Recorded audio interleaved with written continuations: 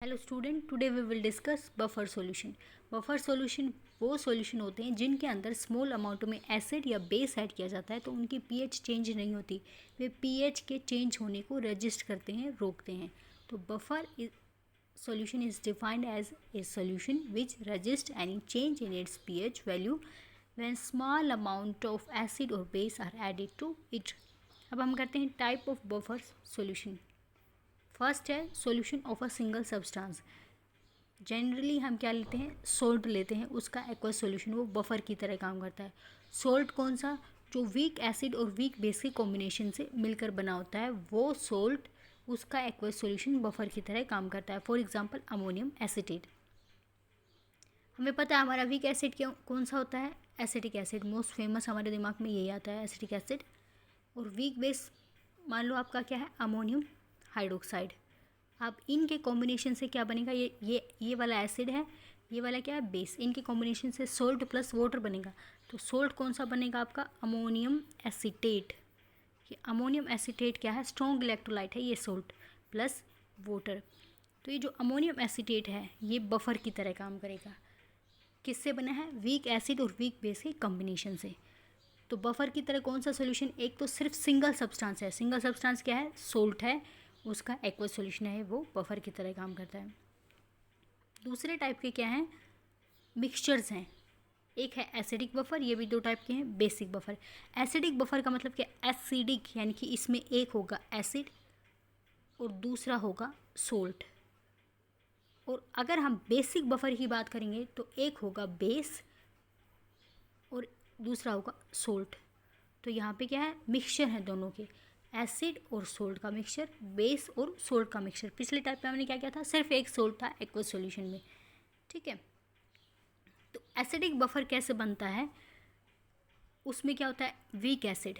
Weak acid again हम क्या consider कर सकते हैं, एसिटिक एसिड और सोल्ट। इसी वीक एसिड का सोल्ट होगा स्ट्रॉन्ग बेस के साथ। जैसे ये क्या है, सोडियम एसीटेट, ये कैसे बना है, वीक एसिड जो हमने लिया है, ठीक है, प्लस बेस जो कि स्ट्रॉन्ग बेस है। स्ट्रॉन्ग बेस क्या होगा, NaOH। अब इन दोनों के कॉम्बिनेशन से क्या बन जाएगा, सोडियम एसीटेट। तो यहाँ पे सोडियम एसीटेट।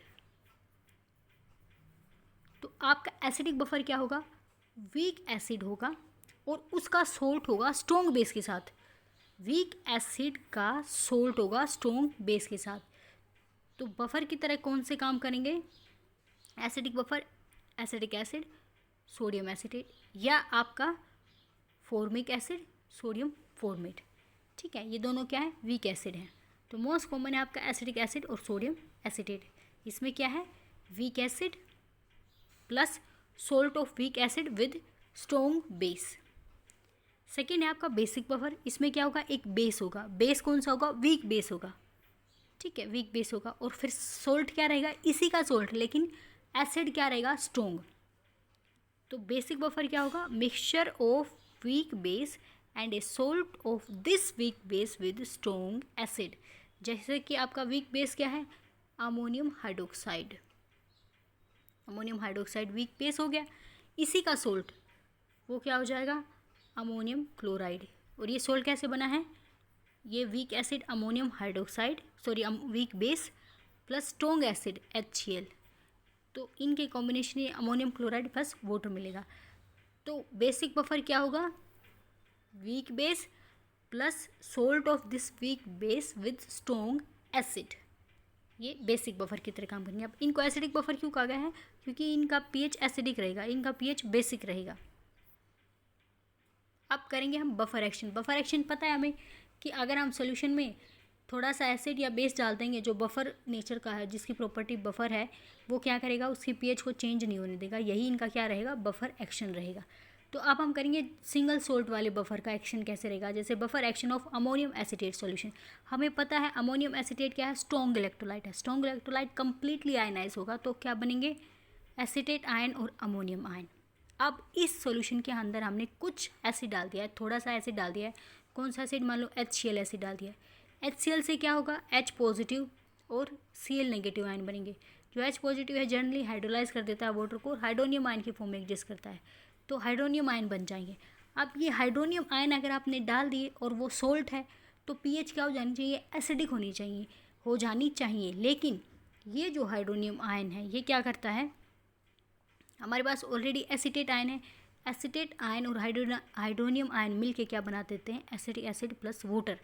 अब एक स्ट्रॉन्ग एसिड है जहाँ पे काफ़ी सारे H पॉजिटिव आयन बने, काफ़ी सारे हाइड्रोनियम आयन बने, लेकिन कंबाइन होकर उन्होंने एसीटेट आयन से वीक एसिड बना दिया, और वीक एसिड की आयनाइज होने की टेंडेंसी नहीं है, तो पीएच क्या कर ली, मेंटेन कर लिया, ऑलमोस्ट पीएच चेंज नहीं हुआ। तो एसिड का इस तरह से जो इफेक्ट है उसको काउंटर करेगा बफर। जो बेस है उसको कैसे करेंगे, फॉर एग्जांपल आपने कुछ बेस थोड़ा सा अमाउंट में बेस मिला दिया, मान लो NaOH मिला दिया, तो NaOH डिसोशिएट होकर क्या बनाएगा, Na पॉजिटिव और OH नेगेटिव आयंस। तो जो ये OH नेगेटिव आयन होंगे ये क्या करेंगे, यहाँ पे जो अमोनियम हाइड्रोक्साइड बना है, जो अमोनियम आयन बने हैं, अमोनियम आयन और जो बेस NaOH से OH नेगेटिव आयन आए हैं उन्होंने आपस में कंबाइन कर लिया है और अमोनियम हाइड्रोक्साइड बना दिया है वीक बेस।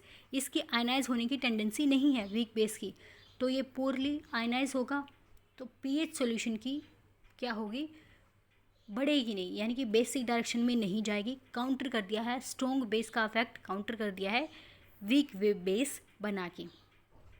तो इस तरह से जो ये अमोनियम एसीटेट है ये एसिड के इफेक्ट को भी काउंटर कर देगा, बेस के इफेक्ट को भी काउंटर कर देगा, और पीएच में चेंज नहीं आएगा, और ये इस तरह से काम करेगा।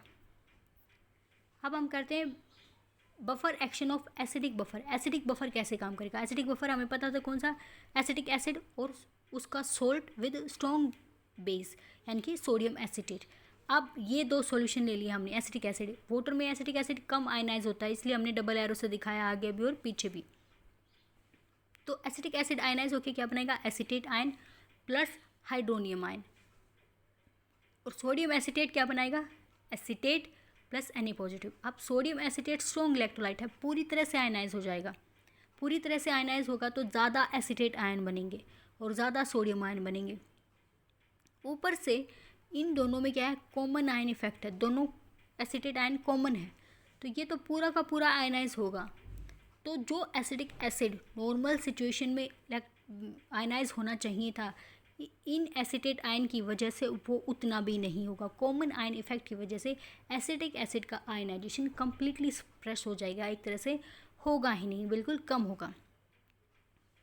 तो अब मान लो आपने एसिड डाल दिया, फॉर एग्जांपल HCl डाल दिया, H पॉजिटिव आयन बने, या यूँ कह सकते हो हाइड्रोनियम आयन बने। अब ये जो हाइड्रोनियम आयन है ये बन गया, ये क्या करेंगे, जो एसिटेट आयन एक्सेस में है सोडियम एसिटेट के आयनाइजेशन की वजह से, एसिटेट आयन के साथ ये हाइड्रोनियम आयन कंबाइन करेगा और क्या बनेगा, एसिटिक एसिड प्लस वाटर। तो ये एसिटेट आयन हाइड्रोनियम आयन के साथ कंबाइन हुए, इन्होंने एसिटिक एसिड बनाया और वाटर। एसिटिक एसिड क्या है, वीकली आयनाइज होता है, तो ज़्यादा आयंस H पॉजिटिव बनेंगे ही नहीं, पीएच चेंज नहीं होगी। दूसरी सिचुएशन में क्या होगा, आपने बेस ऐड कर दिया, अब बेस ऐड कर दिया है तो बेस के मान लो आपने NaOH ऐड कर दिया तो OH नेगेटिव आयन निकलेंगे बेस से, वो OH नेगेटिव आयन जो थोड़े बहुत हाइड्रोनियम आयन बने हुए हैं H3O पॉजिटिव उनके साथ कंबाइन कर जाएंगे, H3O positive plus OH negative ion ये आपस में कंबाइन करेंगे तो क्या बन जाएगा, वाटर बन जाएगा, इस तरह से, ठीक है, वाटर बन गया। लेकिन यहाँ पे एक इफेक्ट क्या है कि हाइड्रोनियम आयन थे पहले से, अब वो जितने थोड़े बहुत हाइड्रोनियम आयन थे OH नेगेटिव आने की वजह से वो ख़त्म हो गए, तो इस तरह से पीएच चेंज हो जानी चाहिए सिस्टम की। लेकिन जब आपका प्रोडक्ट कंज्यूम होता है तो आपका जो इक्विलिब्रियम है वो फॉरवर्ड डायरेक्शन में शिफ्ट हो जाता है, यानी कि रिएक्टेंट से और ज़्यादा प्रोडक्ट बनना स्टार्ट हो जाता है। तो जो एसिटिक एसिड वीकली आयनाइज है उसका एक प्रोडक्ट कंज्यूम हो जाएगा तो एसिटिक एसिड का आयनाइजेशन और थोड़ा सा बढ़ जाएगा, तो इस तरह से पीएच सॉल्यूशन की मेंटेन हो जाएगी। एसिडिक बफर इस तरह से काम करते हैं।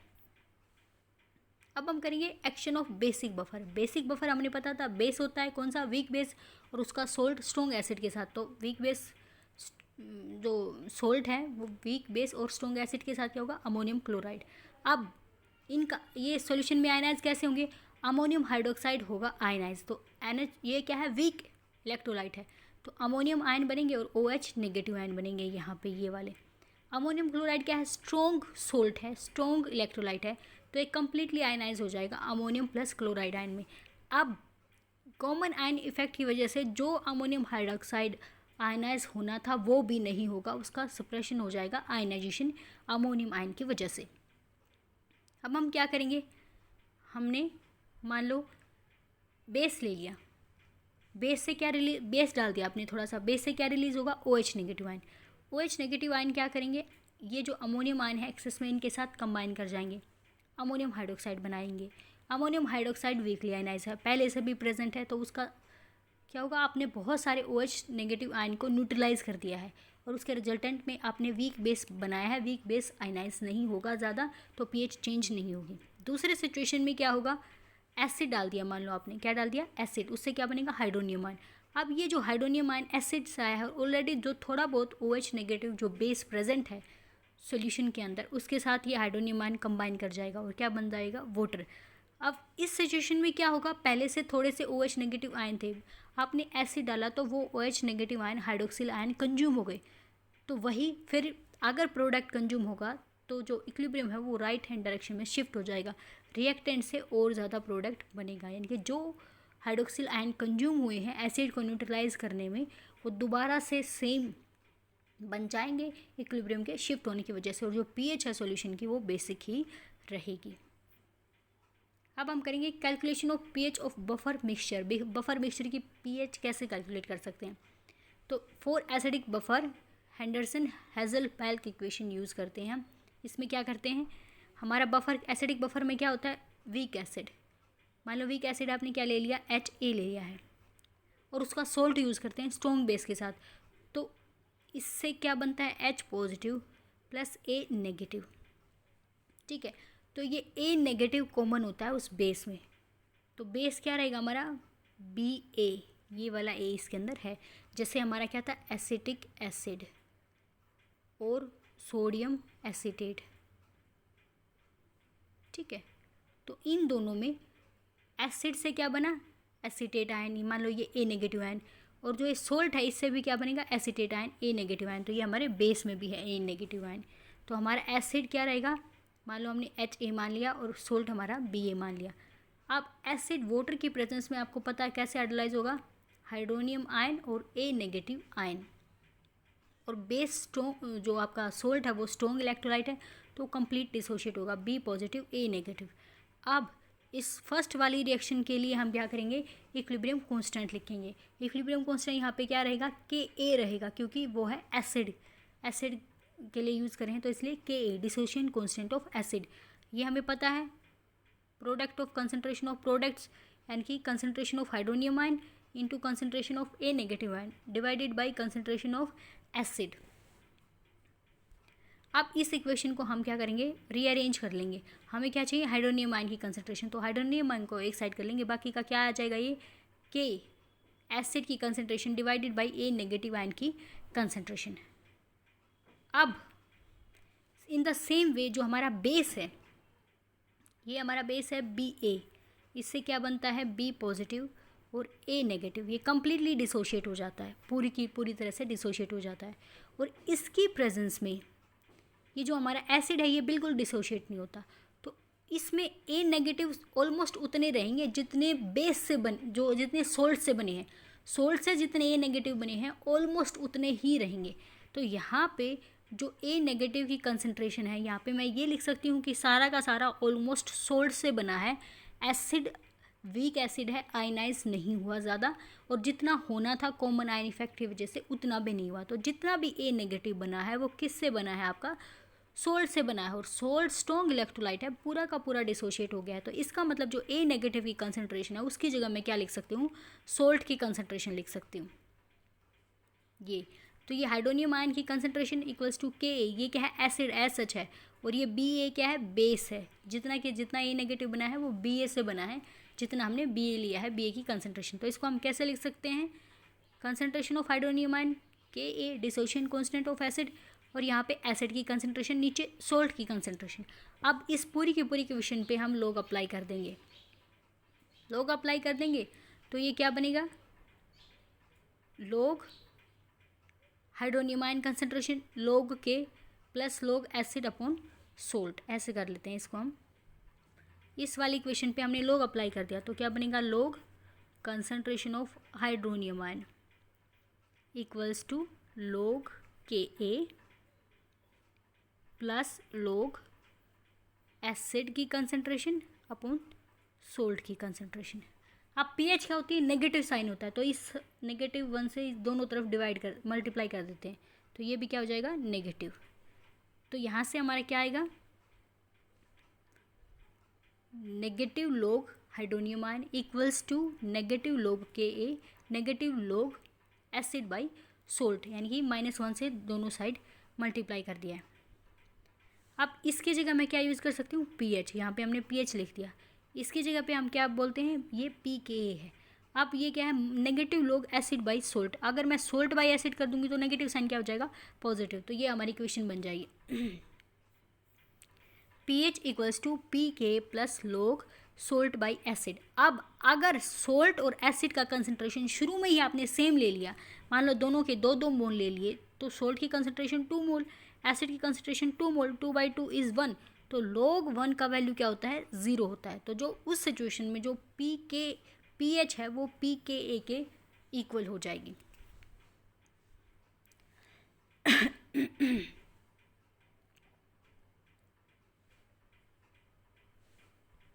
इसी तरह से हम बेसिक बफर के लिए यूज़ कर सकते हैं। बेसिक बफर के लिए हम क्या करेंगे, यहाँ पे बेस ले लेंगे, जैसे MOH इस तरह से यूज़ करके, फिर उसके लिए Kb, यहाँ पे जो हमारा ये Ka है यहाँ पे हम Kb यूज़ कर लेंगे, फिर जो कॉमन आयन होगा उसकी जगह पे हम सोल्ट की कंसनट्रेशन पुट कर देंगे।